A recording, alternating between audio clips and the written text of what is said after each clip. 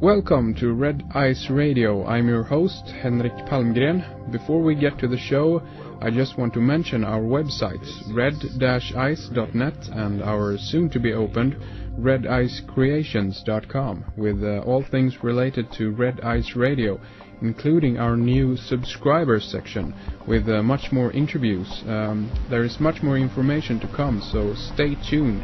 Now let's get on with the show. Today we have a very special guest with us, someone that I've wanted to speak to ever since I heard an interview with him about the book The Mysteries of the Great Cross of Henday, Alchemy and the End of Time. I'm talking about Jay Weidner, and I can also mention here that Jay co-authored that excellent book together with Vincent Bridges, so I don't want to leave that out here. But today we have Jay with us, and I'm very proud to have him on the program. And Jay is not only an author, he is also a filmmaker. He's behind Secrets of Alchemy, The Great Cross and the End of Time, a beautiful and incredibly exciting film that goes kind of hand in hand with the book, The Mysteries of the Great Cross of Henday. And Jay is also behind Earth Under Fire, featuring Paul Laviolette, Quantum Astrology with Rick Levine. Also Art Mind with Alex Gray, an awesome artist who, among other things, have done the artwork for the excellent band Tool, if you might be familiar with them. And Jay also has done Healing Sounds, Alchemical Healing, Yoga of Light, and Healing the Luminous Body, and much more. So Jay is involved in a lot of things, many interesting projects and many interesting people, and I think a few of you out there are familiar with some of the names I mentioned there. So, and I can also mention right away here that you can find much more about Jay and about his films at his websites. One is jweidner.com. That's Jay Weidner. That's WEIDNER.com, and also sacredmysteries.com. That's sacredmysteries, one word.com. And we're going to begin today to talk a little bit about his new book, which actually is about film, and it's entitled Alchemical Cinema, A Search for the Spirit in Contemporary Filmmaking. And it's coming out sometime this fall, and we might also get into 2012, The Odyssey, a new film by Jay. So all these subjects are very close to my heart, and I'm very excited about this interview. So let's get things on the road here. Welcome to the program, Jay, and thank you so much for being with us today.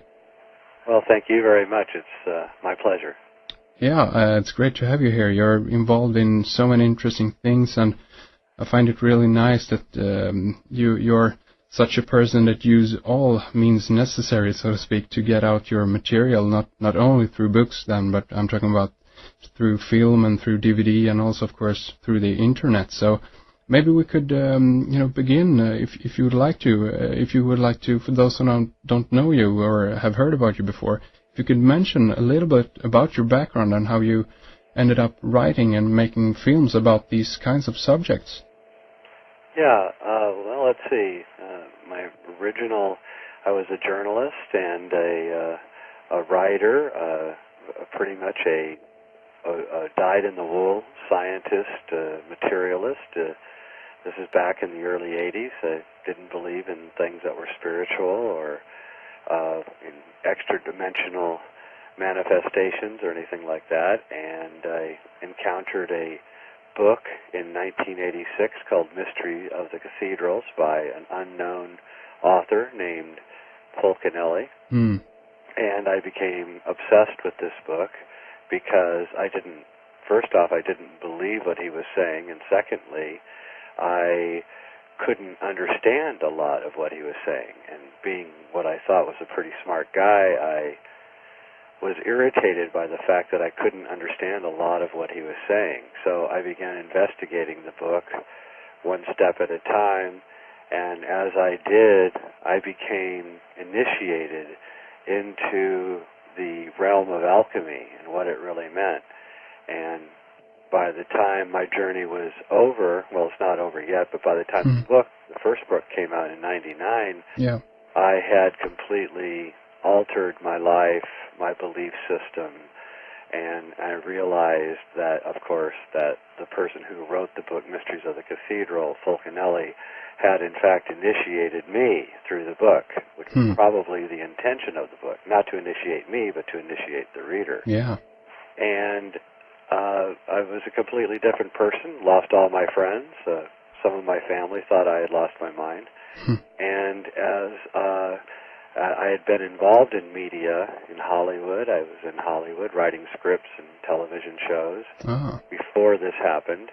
And so I always had a relationship with media and things. And so I took that knowledge of marketing and making films and writing, and I applied it to alchemy and to this understanding of this incredibly dense, intricate metaphysical science. And I have since gone on, and now I'm producing a feature film on the subject, 2 books, and it's quite an incredible journey. One day maybe I'll even write it down.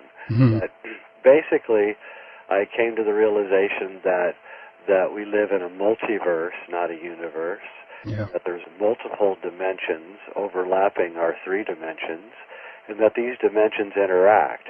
And I realized and came to the realization that that is what alchemy really is, and that alchemy is a shamanic practice, a peculiar European shamanic practice, but nevertheless a shamanic tradition that goes back for thousands of years, all the way back to Egypt, and it transferred itself up into Europe through the Templars and through the interactions of what happened in Provence and in southern France in the beginning of this last millennium, around 1000 AD, and it transferred itself up into England and Germany and all through Europe, and eventually became ensconced in the architecture of the Gothic cathedrals, of which Fulcanelli assures us were constructed and designed by alchemists. And as I began understanding all of this, I came away with a much deeper sense not only of my own heritage, but that there was once an incredibly profound metaphysical structure to the societies of Europe that went back for a long, long time.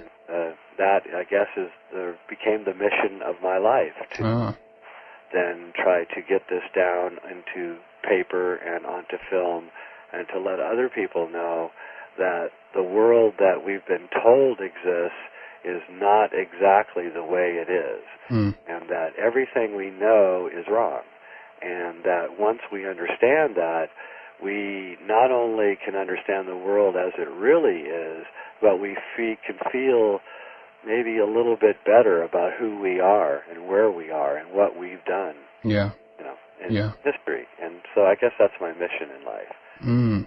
Excellent. And then I can see the connection then, the step towards cinema and movies in general isn't so far, so to speak, because you were right there. So I mean, how did you have you always incorporated this idea of I guess we're talking here about some symbolic movies. Is that correct? Yeah, I've always been fascinated by films ever since I was a kid. I saw 2001: A Space Odyssey when I was 15. Yeah. And the usher literally had to pick me up and take me out of the theater because I couldn't get out of my seat at the end of the film. And they had to get ready for the next showing. And I just couldn't get out of my seat. I was paralyzed after the film ended. And I never had that moment that you could do anything you wanted in film, and you could evoke it in a way that made you respond not only in an intellectual way, but also in a spiritual and an emotional way. Yeah. And since that moment, I guess, when I was 15, I realized that there was nothing in life as exciting as motion pictures and cinema, and though most movies and cinema are not very good, occasionally one will be worth the effort. Yeah. That became the paradigm or the model for me, that if there could be one or two or three films that could achieve this kind of alchemy, then it's possible. And since it's possible, I wanted to try to achieve it. I personally think that, you know, cinema is really an alchemical art form, and it has not been given. Today, we're now developing the technologies where people who are not wealthy and do not have a lot of money behind them can actually create some interesting films. Yeah, exactly. This has just, you know, come into fruition in the last 10 years or so. Before that, of course, you needed millions and millions of dollars to be able to make a film. Yeah. And so only someone who was extremely talented could work their way up into the upper realms of cinema and be able to do what they wanted.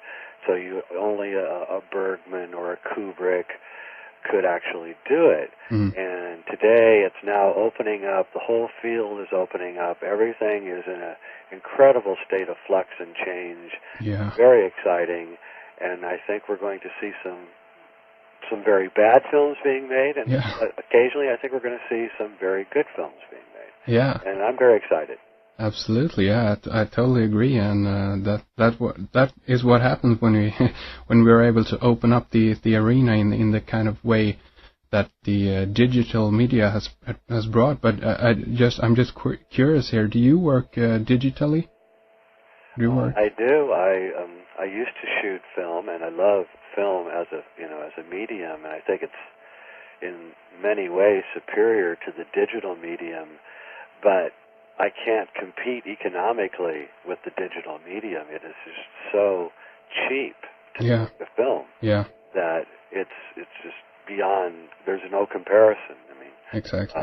A reel of film costs $800 or $900 for 10 minutes, and I can get an hour of digital for $5. Yeah, exactly. So I can't compete with it. So what I've done is I've tried to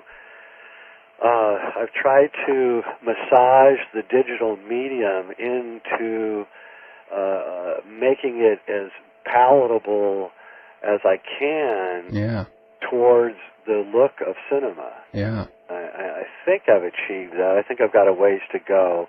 But there's a lot of other people that are working on the same thing. I'm not alone.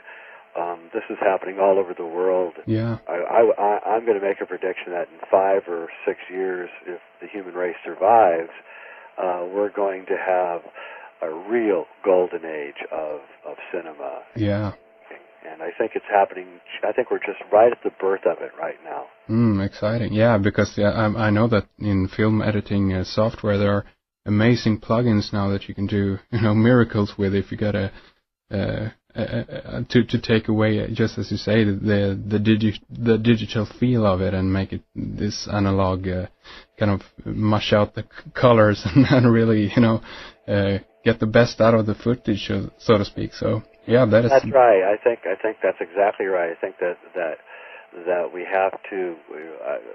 I don't do in my filmmaking. I don't do MTV kind of trickery. Thing like that. I try to treat the subject that I'm approaching with complete respect. Yeah.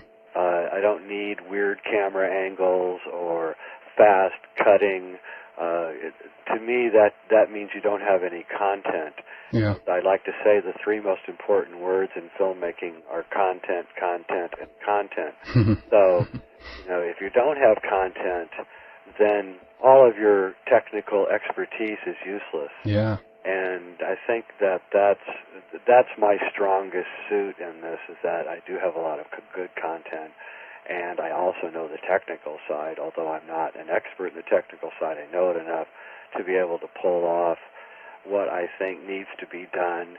And I've had people watch my new film, 2012, The Odyssey, and actually commented to me that they thought that I shot it on film, which is the greatest compliment I could have ever gotten. Yeah. Yeah, excellent. Yeah, is it? By the way, is that film out yet, or?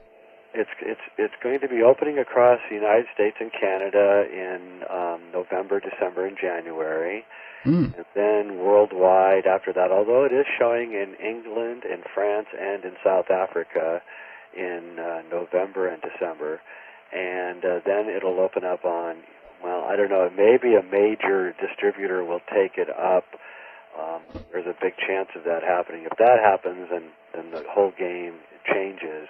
But if that doesn't happen, it will be released on DVD in February or March of 2007. Excellent, excellent. And let's return a little bit later and talk more about that. But I want to get into the Alchemical Cinema, your latest book now. And you mentioned 2001, of course, that movie. But have you, for this book, have you used, have you analyzed a few movies just and kind of use this alchemical filter, so to speak, to analyze different movies, or how many movies have you been looking at here? Well, there's probably about 20 films that are mentioned in the book Alchemical Cinema, but what I've done is I've taken the alchemy can be broken down into four aspects. Reality can be broken down into four aspects, but alchemy is in many ways a four-part process. And just like there's four brains, and there's four letters in the DNA. Yeah. I took the four levels of the tree of life and the central pillar, and then I used films to evoke each one of these sephira into showing people that each different level of alchemical reality can be unveiled in certain ways, and then I used certain films, to show how this is unveiled. And of course, 2001, A Space Odyssey, of which you can read my article, Alchemical Kubrick, on my website. Yeah. Free of charge, is really, to me, the greatest alchemical film of all time. And I also used Lord of the Rings, both the book and the movie, to show that there is a history going back thousands of years. You may or may not know that Tolkien insisted that Lord of the Rings was the true history of Europe. Yeah. 7,000 years ago. What? And I try to show that this is exactly right, and that it's actually an alchemical history. Tolkien insists that his books are about the closing of what he calls the Third Age and the beginning of the Fourth Age. Yeah. And that coincides directly with the knowledge from the Cross of Henday, which says that each age is 6,500 years long, and that the end of the Third Age happened 6,500 years ago, exactly when Tolkien dates his books, and that the end of the Fourth Age is at hand right now, and we are in the throes of the death of the Fourth Age, the Age of Iron, the Kali Yuga, depending on what terms you want to use to describe what's happening right now. Very interesting. So each of these films tries its best, each of these essays tries its best to show that these films that I'm using in the texture of the book are describing certain modalities, even if the filmmakers don't know it, because there's in alchemy, alchemists believe that there's an overmind, or a sphere of influence that surrounds our reality, and that we're constantly being influenced by this invisible sphere of influence. So even if the filmmakers don't know that they're evoking alchemical principles, and in some cases they may not, they still manage to do it, although I do know that Stanley Kubrick was a big fan of alchemy and the Kabbalah, and many, many books in his library were reportedly on alchemy. He had texts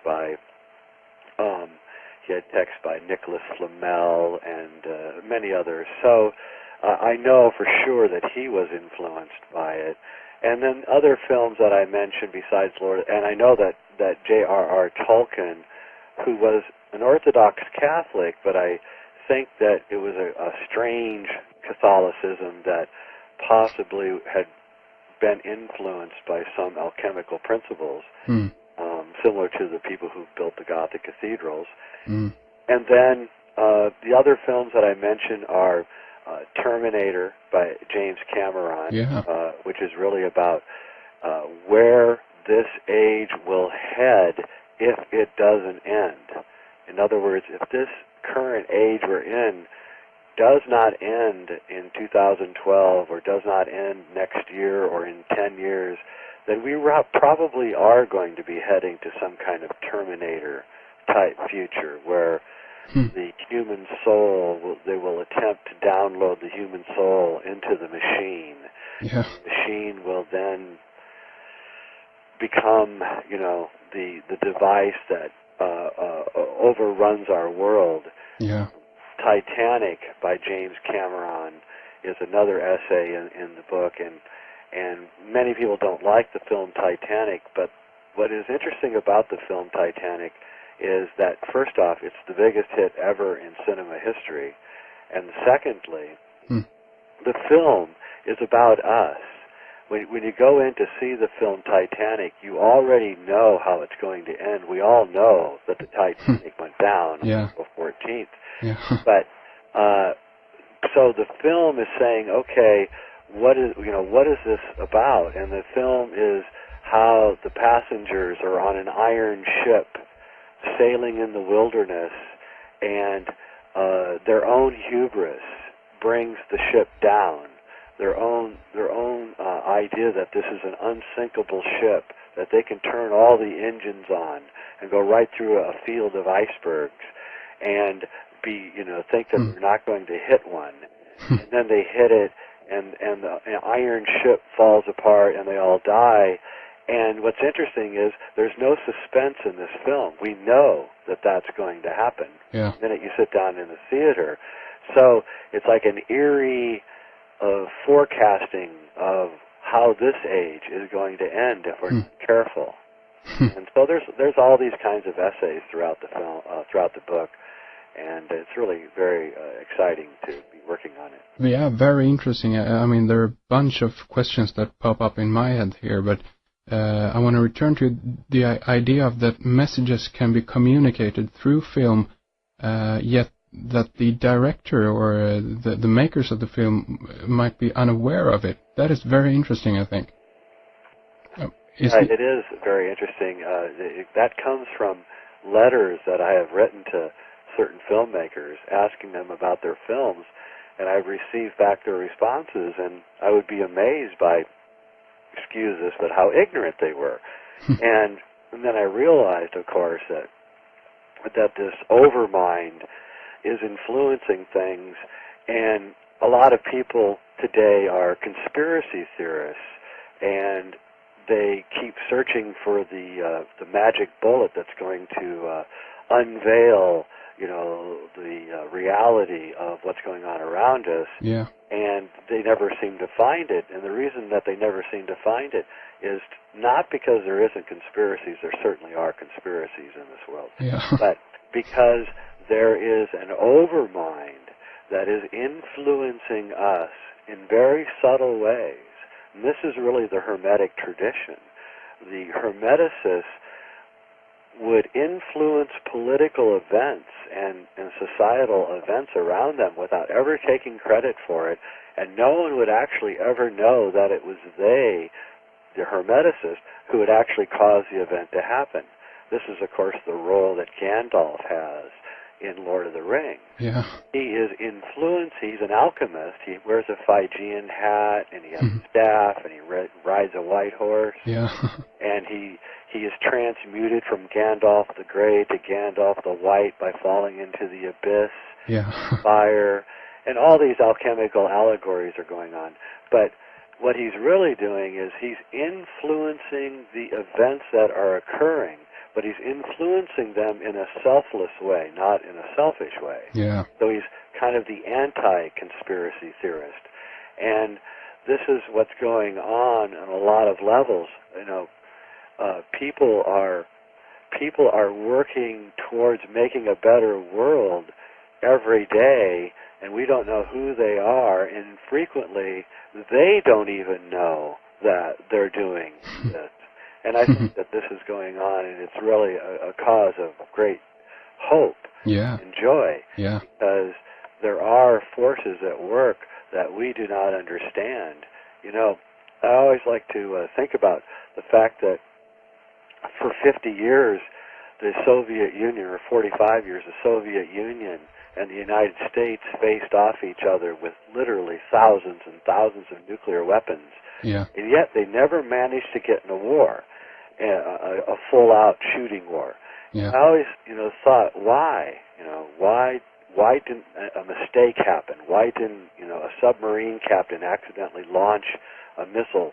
Yeah. And it is quite a miracle to think that we actually didn't destroy ourselves in the Cold War. Yeah. And I think that, again, this is some kind of overarching influence of this meta-dimensional overmind that is influencing us and changing us and nurturing us every day. And this experiment, this great alchemical experiment that is us, that is history, is coming to a close here, and the end of the experiment is at hand, and we're seeing it. And this is why there's so much turmoil in the world today, because the people in power don't want the experiment to end, because they will lose their power.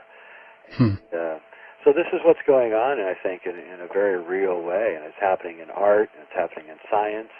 Like quantum physics is rising up right now, which is an alchemical view of science. And this is why you see things that on the internet, for instance, that you wouldn't have never dreamed of even reading about 10, 15 years ago, yet here it is, plain as day, on the internet, and anyone can read it. Yeah. So I'm not a Pollyanna-ish person, but I am an optimist, and I do believe that things actually are getting better. Yeah. Believe it or not. Believe it or not, yeah, that's right. I mean, but do you think that things are already a done deal, so to speak? I mean, it seems like there are many issues that we have to solve before we can, continue or go into the new, so to speak. But I mean, do you think that what is it that we have to do to make this a possibility, or do you think that it is a done deal? Well, I don't think it's a done deal. I think that we're still at that bifurcated place. We're at that crossroads, and we have to make right decisions and all of that, and do the right thing. But when you boil water, you turn the heat on, and the water boils, and the water reaches a state of furious boiling, and then it turns to steam. So its essence is changed at the chaos, and it's changed into another form, which allows it to escape. Okay? Yeah. And I think that's what's going on now. We're on the back burner of history, and everything is beginning to boil, and it's about to change into steam, and we're going to escape.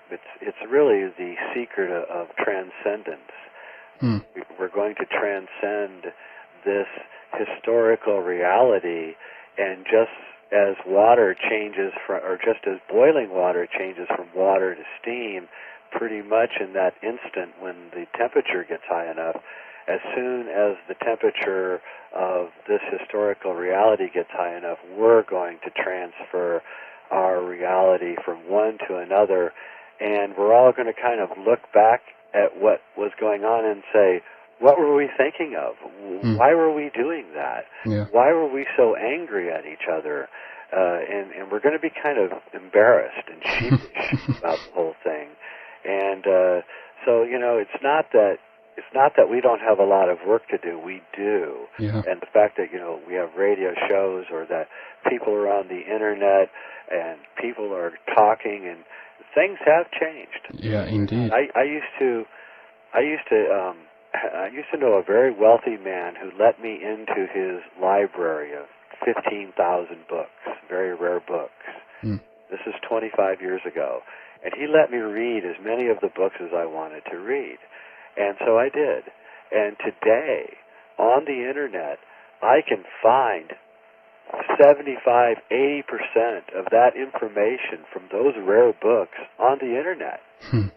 Things that people would never have believed 15, 20 years ago is now, up on the Internet, public for everyone to see. The problem is, of course, that the Internet is not intellectually suited for browsing in the right way. Yeah. So unless you know what you're looking for, you can't find it. Yeah, It's exactly. an accident. And that is a problem with the Internet. I'm a literary person, and I love books. I'm sitting in my room right now surrounded by hundreds of books. And so I'm pained by the death of the literate society. But at the same time, I know that the literate society, the literate world, has constraints on it, and that these constraints, what books do is they change the way you think, and they compartmentalize the way you think, and that's very good for logic and for understanding problems, but it's also very restraining. There's a great book by an author named Leonard Shlain called The Alphabet versus the Goddess. It's about how the written word destroyed the spiritual society that existed for thousands of years, threw us into history. And I think that that's right. And I think we're beginning to leave the literate world behind, and we're moving into a world of symbol. And symbol is the way that the overmind communicates with us. Words are indeterminate. Words can be manipulated, but symbols hit us on an interior level, and that's why I'm so interested in cinema and video, these things, because symbols can be used in those, as Stanley did with his black monolith in 2001: A Space Odyssey, and in a second, the numinous mystery of the symbol goes deep into a place inside us that words can never reach. So, there's a saying that a picture is worth 1,000 words. Well, I say a symbol is worth 1,000 pictures. Yeah, that's right, actually. That's a good one, yeah. I wanted to ask you, because of the movies, of course, Lord of the Rings, but also Terminator, as one thing that that popped up in my head when you mentioned those movies was that towards the end of the movie, there is the general theme in both of them, I guess, the second Terminator film, I should say, and the last Lord of the Rings movies, because they end in this, Lord of the Rings end at Mount Doom, where fire and lava spews out, and it's very, basically fire is the theme there, but also in Terminator, that also is the thing, that the fire that consumes this robot, and is this what you're talking about here? Well, that's a very interesting observation, because also the name of Fulcanelli is Fulcan, which is Vulcan, which is volcano, and there does seem, and Fulcanelli says in his book that this age will be destroyed by fire. Yeah. So there is this odd idea that volcanism, or some kind of symbolic destruction of the age by fire, is what's going on here. And of course, the Earth is heating up. There's no doubt about it. I live in the far north of the United States, generally in one of the colder areas. Yeah. And we're in an unprecedented heat wave even right now. We are here too. That's it seems like it's uncanny. I mean, right now today it's it's so hot. We have the windows open, and for late September, this is just unheard of here. Yeah. It does not happen, and yet it's happening. And I was talking to someone the other day who told me they saw a seagull in New Mexico, which is the hottest desert in America. And this is unbelievable. What is a seagull doing, in New Mexico? And things are happening in a strange way. And when I first encountered Fulcanelli's prediction that this world would be destroyed by fire, of course I didn't believe it. But starting in 1992, and I've been tracking this ever since, every summer is hotter than the summer before. And we're like in a time bomb, and it's ticking away. Yeah. And you just have to wonder when there's going to be crop failures and famine, and water is going to be depleted from hotter areas.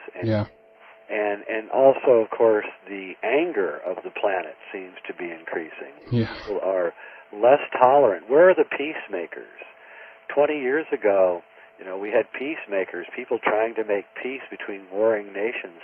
They don't exist anymore. There's no one trying to make peace anymore. And so this thing has to go all the way to its end. It can't be stopped anymore. And we can only hope that it ends before the forests are gone, and before the water is gone, and before the wildlife is gone, and before the human race is gone. Yeah. I think you're right. I think it's a great observation. Also, if you remember in Lord of the Rings, the ring gets heavier and heavier with each step towards Mount Doom. Yeah. With Frodo. Yeah. This is also what's happening. Gravity is getting denser. Time is getting denser. Everything is getting heavier and heavier with each second as we approach the great moment when this age ends. And I have no idea how Tolkien knew all of this. It can only have come from the overmind. It can only have come from a deeply spiritual, naturally based philosophy, which he did have, that evoked this for him. And in the end, I think that Tolkien was an alchemist, and I think he learned what he knew from philology and his study of linguistics. Yeah. Because he was an expert in language, I think he began, and what he was really interested in Tolkien was the history of words. Yeah. He would take a word and go back and back and back thousands of years, and I think he began seeing the secret history of the human race through this study of language. Yeah. Even to the extent of hobbits. Hobbits. They've now found the skulls and the skeletons of these people, and they really did exist, and they were just like us. They were just short. And so it's really amazing, and people who are rationalists get upset at this kind of talk, but what they don't realize is that in truly every sense, what we're talking about is rationalism. We're not saying anything that's to me, in my mind, fantastic or unbelievable. It's quite believable, and in everyday occurrences like Watson and Crick uncovering the structure of the DNA by having a dream. Yeah. All of these things are happening, and it's the rationalists who are actually refusing to look at reality. That's how I see it. That is the general idea, I guess, through history is that people who aren't afraid to cross the boundaries, those who try to go. What was the saying, that those who go. If you want to know how far you can go, you have to go too far, so to speak. So. I like that. Yeah, I agree with that. I think that the shamans in ancient societies, the shamans never lived in the center of the village.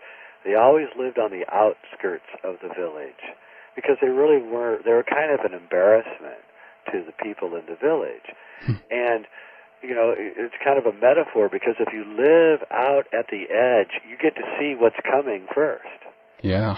And I think that's what people like me and our ilk do, is we live out on the edge and we get to see what's happening first, and then we run back and tell everybody what's happening. Yeah. Of course, they think we're crazy, that it happens, and so the way it is. And there's nothing you can do about it except do your duty as a human being and try to help as many people as possible, especially through the next 6 years, because this thing is going to get just very, very weird. Yeah. And I would say by 2010, 2011, things are going to be so weird that people are going to come to people like us and ask us what's going on.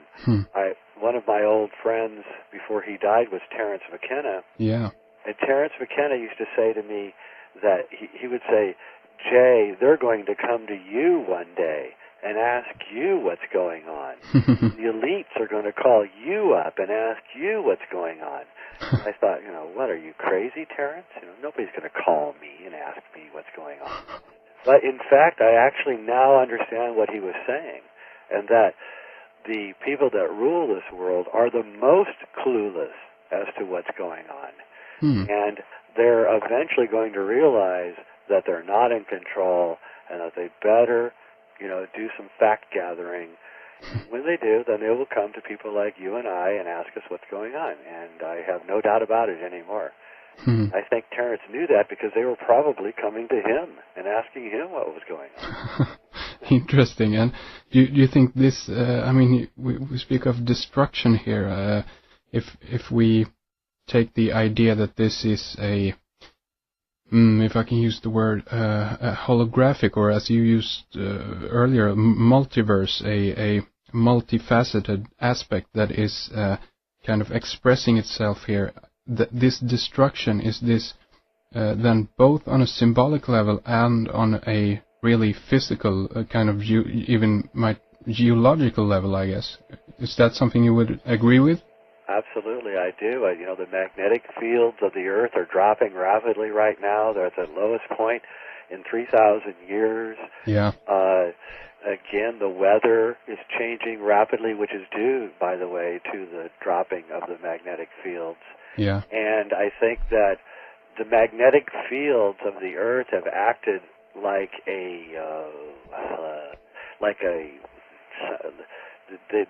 they've masked reality. Because they were so dense and so heavy, they've masked reality, and as they're disappearing, we're beginning to see what's really going on. Yeah. And people in the United States are notoriously ignorant, but you can see that there's a small group of people in the United States who see what's actually happening, and they won't shut up.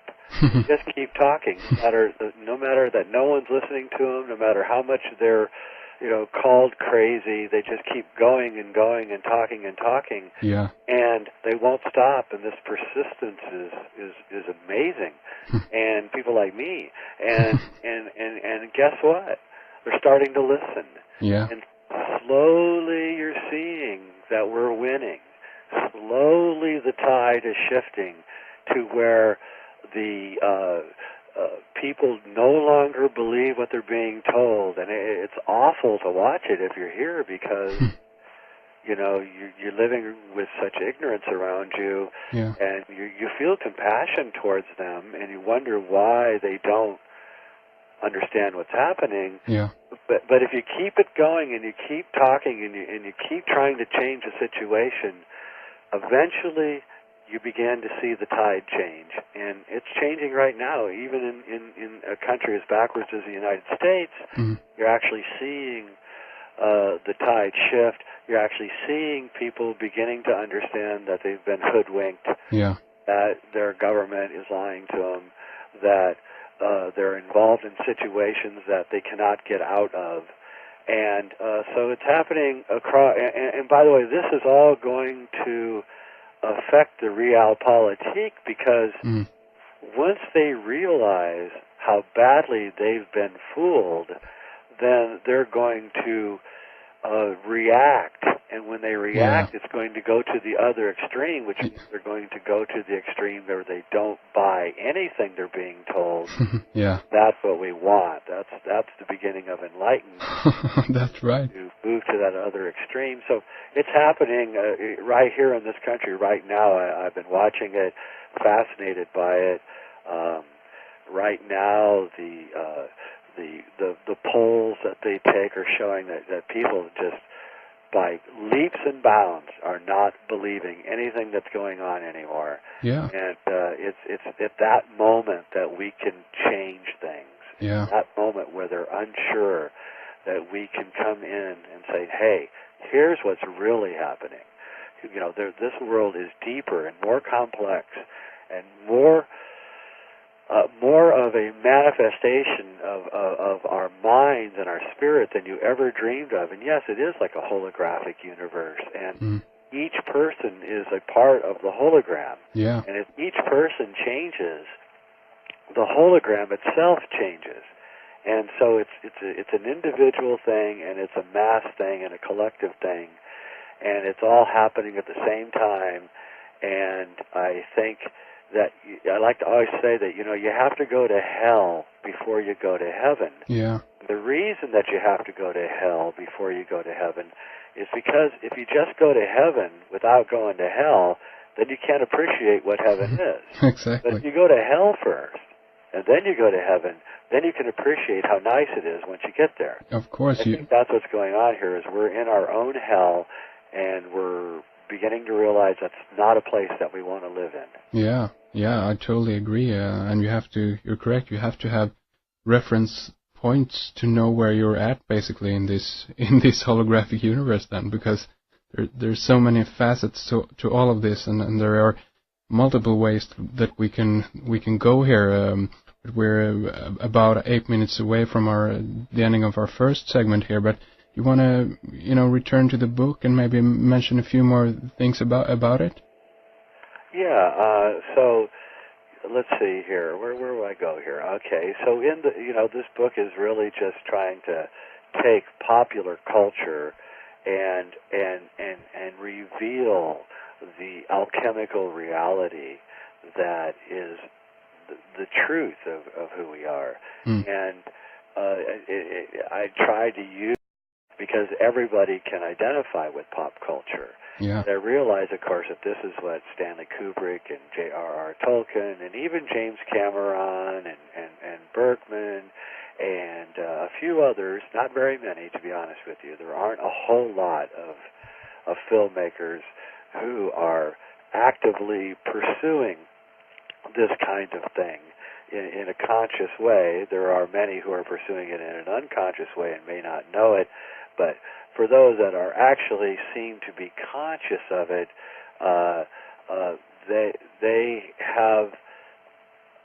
they have created these films, and there's details in the films which seem to show that they know what they're doing all the way. Yeah. And I think that's what's more intriguing to me than anything else is little tiny details inside the films that shouldn't be there. They don't really help the story or anything, yet they're there nagging at you and saying, hey, look at me, what am I doing here? And then you look at it, you say, hey, this is really weird. Yeah. And then you look at it and you realize, of course, that they did know what they were talking about. Stanley Kubrick never told anyone what he was really doing in 2001, A Space Odyssey. And I wrote my essay in 1999 and actually came out finally again in the year 2000, revised.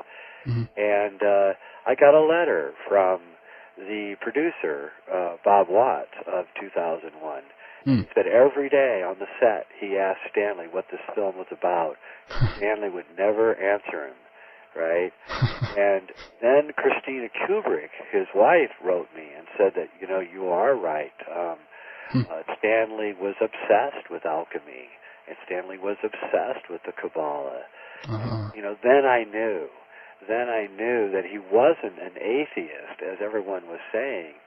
He just didn't believe in the kind of God that was being foisted on us by society. Yeah. And this is evident in other films, like The Shining. It's obviously a film about reincarnation, which is a strange thing if he's an atheist.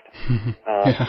And I just actually met Malcolm McDowell a couple weeks ago, who was the star of A Clockwork Orange. And Clockwork Orange is an incredibly prescient film about, in fact, even the title, which it means, what's something organic. It looks organic on the outside. It looks like an orange, but inside it's filled with clockwork, and it's like a machine. So, what he's saying is that, we're becoming machines, and if we're not careful, we will be machines. And of course, Stanley was obsessed with this idea that if the human race doesn't change, it's going to become machine-like. This is what HAL was. Yeah. And this is also in the film that he never finished, but Spielberg finished, AI, or artificial intelligence. This is what it's saying.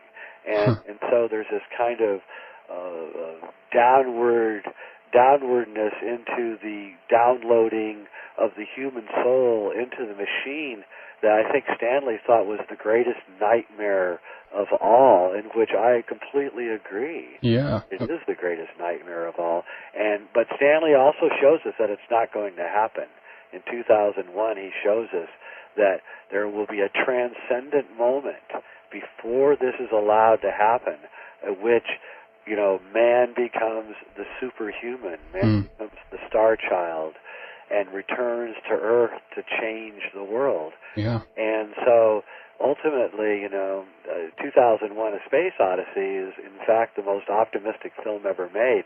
What's interesting about this is that 2001, the year, which was 33 years after Stanley made the film, turned out to be probably one of the most important years in the history of the world. Yes, indeed. Not just because of 9/11, yeah, because of a lot of other things. I mean, and listen to, even the Two Towers, the Lord of the Rings movie came out. The first movie came out 2001, the second 2002, and it isn't at all far apart here.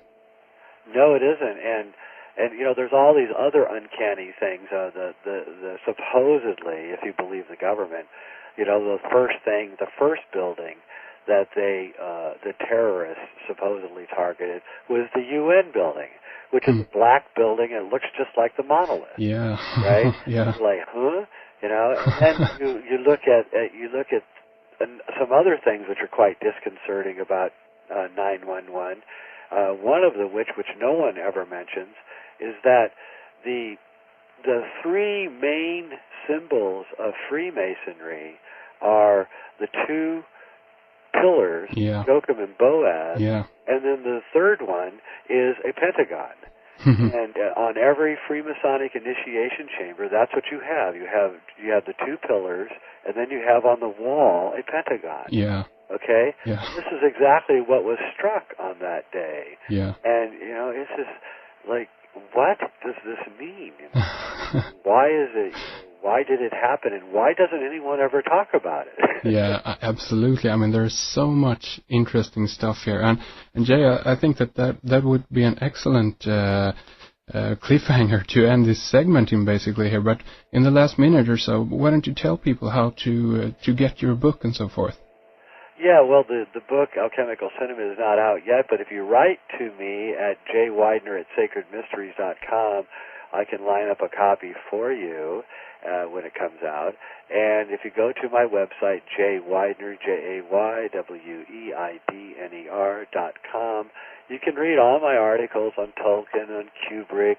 They're all there for free, and you can look at some of my other stuff. I've got a very good article about 2012 called The Topology of Time. Yeah, excellent. And I think then you can get a better idea of what it is that I'm saying. And if you're interested then I would really highly recommend you get my film Secrets of Alchemy, and then go read the book Mysteries of the Great Cross of Henday. Yeah. So then you won't think that I'm a complete wacko, that I might actually have done some research here.